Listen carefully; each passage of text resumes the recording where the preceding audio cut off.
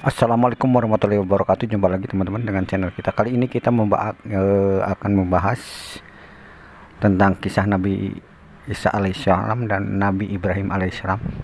Yuk ikuti ceramah dari Kiai Haji Junudin yang akan membawakannya. Selamat menikmati teman-teman. Assalamualaikum warahmatullahi wabarakatuh. Waalaikumsalam warahmatullahi wabarakatuh. Bismillahirrahmanirrahim. Alhamdulillahi rabbil alamin. Wassalatu wassalamu ala ashrafil anbiya'i wal mursalin.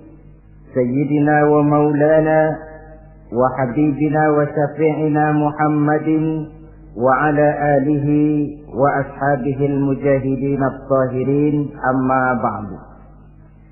Saudara-saudara kaum muslimin rahimakumullah. Pada pertemuan kali ini kita akan membicarakan riwayat Nabi Allah Ibrahim alaihi salam. Beliau termasuk salah satu dari 5 orang rasul yang merupakan kelompok yang dikenal dengan ulul azmi, yaitu para rasul yang dinilai mempunyai kelebihan di dalam keutamaan, ketabahan, keuletan, dan sikap istiqomah di dalam berjuang. Jumlahnya ada 5, yaitu Nabi Nuh, Nabi Ibrahim, Nabi Musa, Nabi Isa, dan Nabi Muhammad alaihi wassalatu wassalam. Sebagaimana yang kita maklum bahwa Nabi Allah Ibrahim alaihi salam lahir pada masa pemerintahan Raja Namrud laknatullah alaih. Namrud adalah figur yang lebih merupakan kekuatan daripada keadilan, lebih merupakan kezaliman daripada kebijaksanaan. Ia seorang raja yang memerintah secara sewenang-wenang, lalu dengan segala macam cara berusaha mempertahankan kekuasaannya. Itu sebabnya di hari-hari menjelang kelahiran Nabi Allah Ibrahim alaihi salam, entah oleh karena rasa takut dan khawatir akan munculnya orang-orang yang dapat menumbangkan kekuasaannya, entah karena bisikan ahli nujum atau dukun-dukun yang memang banyak mengelilingi istananya, ia memutuskan untuk membunuh seluruh bayi yang dilahirkan dalam bentuk laki-laki. Ini dilatar belakangi oleh kekhawatiran akan muncul seseorang yang dapat menghancurkan kekuasaannya, sebagaimana Fir'aun laknatullah alaih. Itulah sebabnya di zaman sebelum Nabi Ibrahim dilahirkan, Raja Namrud membuat peraturan.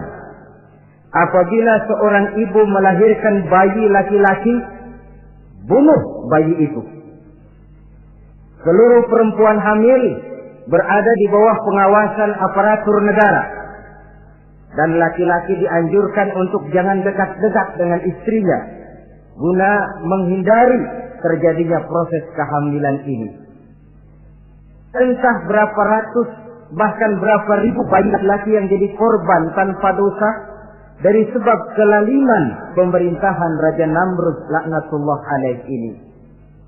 Kita teringat kepada satu hadis di mana Rasulullah sallallahu alaihi wasallam pernah bersabda, "Ya'ti 'alan nasi zamanun ru'asa'uhum kal asad wa wuzara'uhum kal zi'ab wa qudatuhum kal kilab wa katsirun nasi yawma idzin kal aghnam." Pada satu saat, kata Nabi, akan datang di tengah masyarakat manusia, di mana pada masa itu muncul pemimpin-pemimpin yang bertingkah laku seperti singa. Ru'asa'uhum kal asad. Pemimpin-pemimpin mereka bertingkah laku seperti singa. Saudara kenal singa? Saudara boleh periksa di mana ada hutan, singa selalu menjadi raja. Padahal hutan belum pernah bikin pemilihan umum.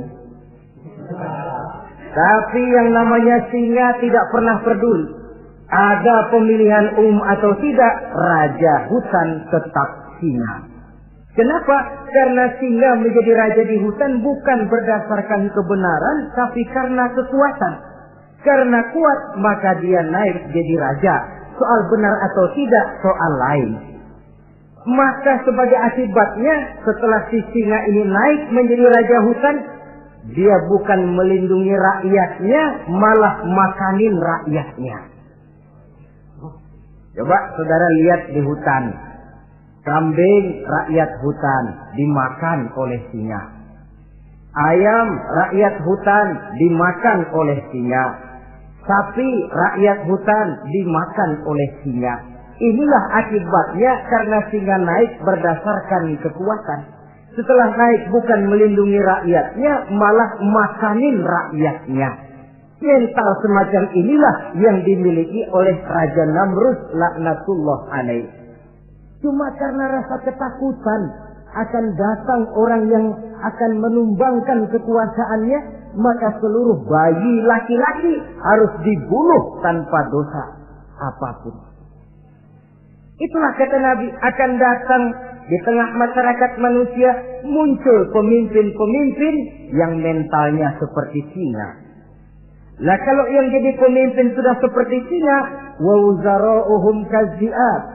Yang jadi wazir, yang jadi menteri kata Nabi, lagunya seperti serigala. Nyetel ini, seperti serigala. Apa serigala itu? Saudara tahu dalam dongeng anak-anak, serigala itu kan binatang yang paling licik. Untuk terang-terangan dia tidak berani karena tidak punya kekuatan seperti sang singa. Maka dia pakai ilmu kelicikannya. Serigala itu kalau ingin makan daging ayam, pakai bulu ayam. Kalau kepengen makan daging kambing, pakai bulu kambing. Pendeknya, serigala binatang yang menghalalkan segala macam cara asal tujuan tercapai. Itulah serigala. Lambang dari sifat kelicikan. Lempar batu, sembunyi tangan. Pengen makan daging ayam, pakai bulu ayam, nyaruh jadi ayam. Pengen makan daging kambing, pakai bulu kambing, nyaruh jadi kambing. Ini akibat dari yang pertama tadi. Pemimpin seperti singa, lalu menteri pun seperti serigala. Efeknya kemudian yang segera menyusul apa? Wa qudatuhum kalsilab. Kalau pemimpin sudah seperti singa, menteri sudah seperti serigala, wa qudatuhum kalsilab, akan muncullah para penegak hukum yang mentalnya seperti anjing. Inna lillahi wa inna ilaihi raji'un. Penegak hukum yang mentalnya seperti anjing itu. Anjing, saudara lihat, anjing akan setia kepada siapa saja yang memberinya daging. Kalau dia disuruh jaga rumah, dia tidak bisa membedakan mana yang maling, mana yang tamu. Biar yang datang tamu, kalau nggak bawa apa-apa, pasti digonggong. Biar yang datang maling, kalau bawa daging, anjing kalem. Pokoknya siapa yang berdaging, itulah majikan saya. Apa kata majikan saya, itulah yang saya laksanakan. Maka hilang kebenaran hukum, hancur norma-norma keadilan. Oleh karena apa? Oleh karena anjing dapat daging. Lalu dalam kondisi semacam itu, yang jadi rakyat bagaimana? Kata Nabi, wa katsirun nas yauma idzin kal aghnam. Adapun kebanyakan orang pada masa itu, lagunya sudah seperti kambing. Saudara, kambing itu binatang yang cuma menang groyokan dan tidak punya alternatif. Namanya kambing, digiring ke lapangan embe. Betul kan? Digiring ke kuali embe. Dikasih makan rumput embe. Sampai pun mau dipotong, masih embe juga. Tidak punya pilihan lain si kambing ini, tidak punya alternatif lain. Kondisi semacam inilah yang terjadi di masa pemerintahan Raja Namrud laknatullah alaih. Oleh karena diiming-iming, dibisiki oleh dukun-dukunnya, oleh nujum-nujum yang mengelilingi istananya, bahwa akan datang seorang anak laki yang kelak akan menumbangkan kekuasaannya, dia mengeluarkan peraturan. Ya, peraturan singa. Mulai saat ini diumumkan kepada seluruh rakyat, siapa-siapa perempuan melahirkan bayi laki-laki, bunuh hidup-hidup. Seluruh orang bunting di bawah pengawasan Hansip negara. Dan mulai malam ini, supaya semua kaum bapak jarang-jarang tidur sama istrinya. Namanya peraturan Namrud. Tapi apa yang memang Allah kehendaki untuk terjadi, pasti terjadi.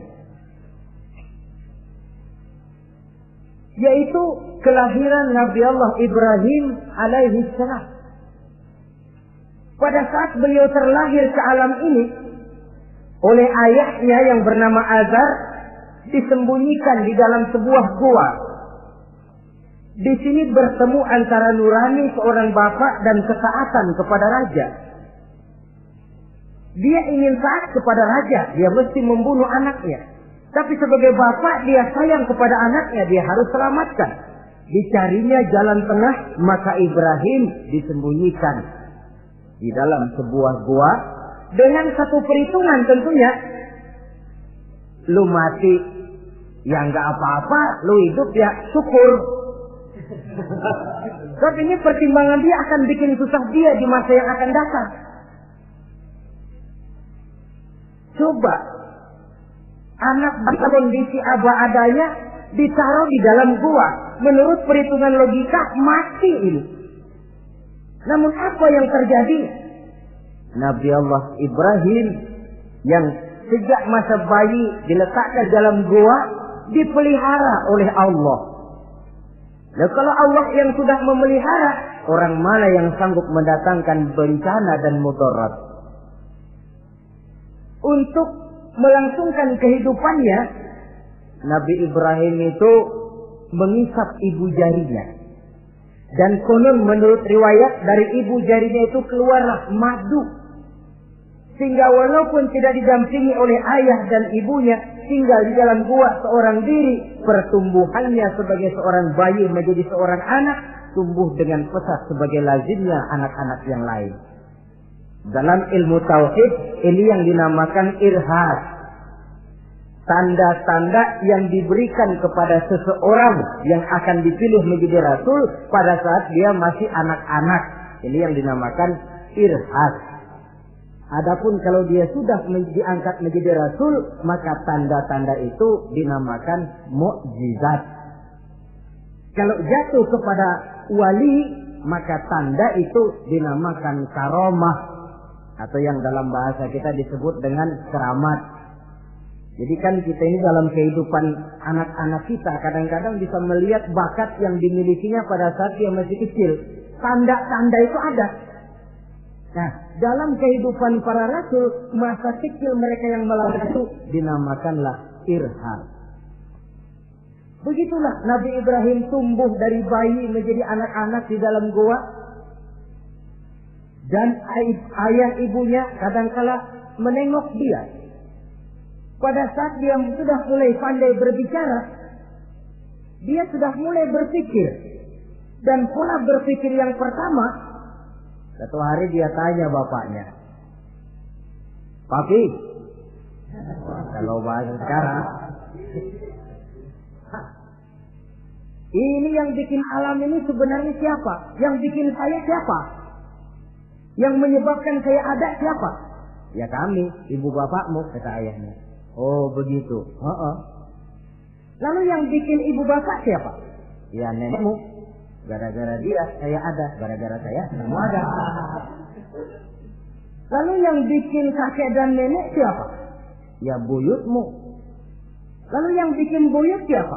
"Ya bapaknya buyut." "Yang bikin bapaknya buyut, ya kakeknya buyut." Kalau gitu nggak pernah selesai dong.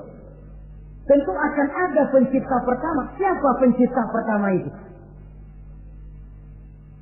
Bapaknya buntu.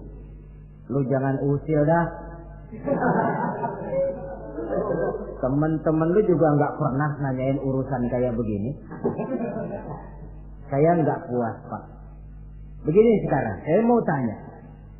Ini kaum kita nyembah apa? Nyembah berhala. Nah, yang bikin berhala itu siapa? Saya, bapakmu, Azhar. Kaum kita menyembah berhala. Ini bapak. Kenapa nggak nyembah bapak aja kok tanggung-tanggung? Jawaban ayahnya tidak membuat ia jadi puas. Terus merenung siapa gerangan pencipta pertama, siapa gerangan yang patut disembah dengan sebenarnya, siapa gerangan pencipta alam semesta ini. Bila malam datang, dia melihat bintang gemintang bertabur menghias cakrawala. Dia berkata, ini yang patut dianggap Tuhan, tinggi, terang, benderang. Tapi manakala besok pagi bintang tenggelam, dia pun bilang, la uhibbul afilin. Saya tidak suka kepada yang tenggelam. Masa Tuhan tenggelam? Ketika malam datang, bulan pun terbit. Nah, ini barangkali yang Tuhan. Ini lebih besar dari yang semalam. Tapi bila bulan pun terbenam, lagi-lagi dia bilang Tuhan tidak mungkin terbenam. Lalu bila matahari terbit, nah ini enggak salah lagi. Ini lebih gede dari yang dua-dua kemarin. Ini pasti Tuhan. Dan manakala matahari terbenam, dia pun berkata, Tuhan tidak akan pernah terbenam. Perjalanannya mencari Tuhan ini bisa saudara baca dalam surah Al-An'am ayat 76 sampai dengan ayat 79. Sampai Allah memberikan petunjuk kepadanya, mengangkatnya menjadi seorang rasul dan menyampaikan misi dakwahnya. Saudara-saudara kaum muslimin rahimakumullah. Dakwah yang pertama dilaksanakan tentu kepada bapaknya, kemudian kepada kaumnya. Secara psikologis ini kan makan nasi. Coba, kalau kita harus nasihatin orang lain yang tidak ada hubungannya dengan keluarga, barangkali biasa saja. Tapi nasihatin bapak sendiri, ini kan makan nasi. Mau didiamkan saja batil dan sesat, mau diceramahin bapak sendiri.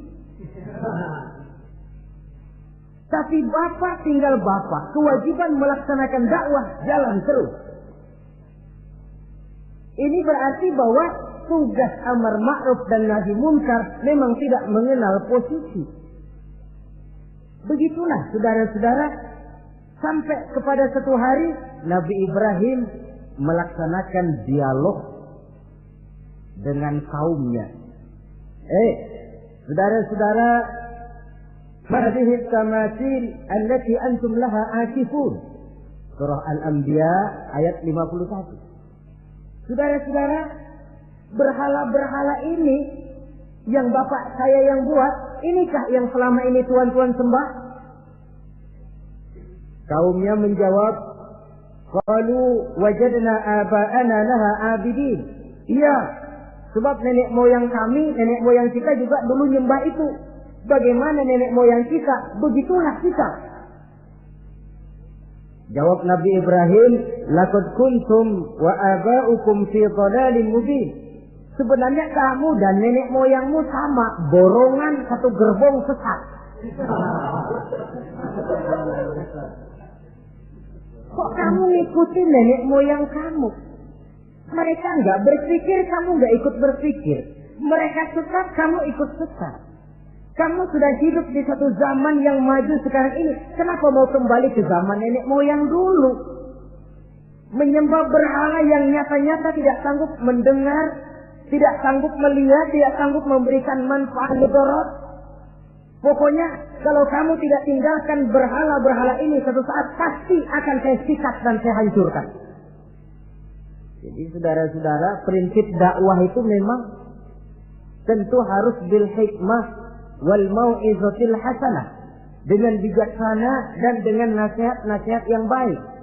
Tapi kalau sudah mencegah suatu kemunkaran, kata Nabi, man ra'a minkum munkaran falyughayyirhu biyadihi. Siapa di antara kamu yang melihat suatu kemunkaran, hendaklah dia berusaha merubah dengan kekuatan tangannya. Kalau dengan tangannya dia tidak sanggup, fabilisani, hendaklah dengan lidahnya.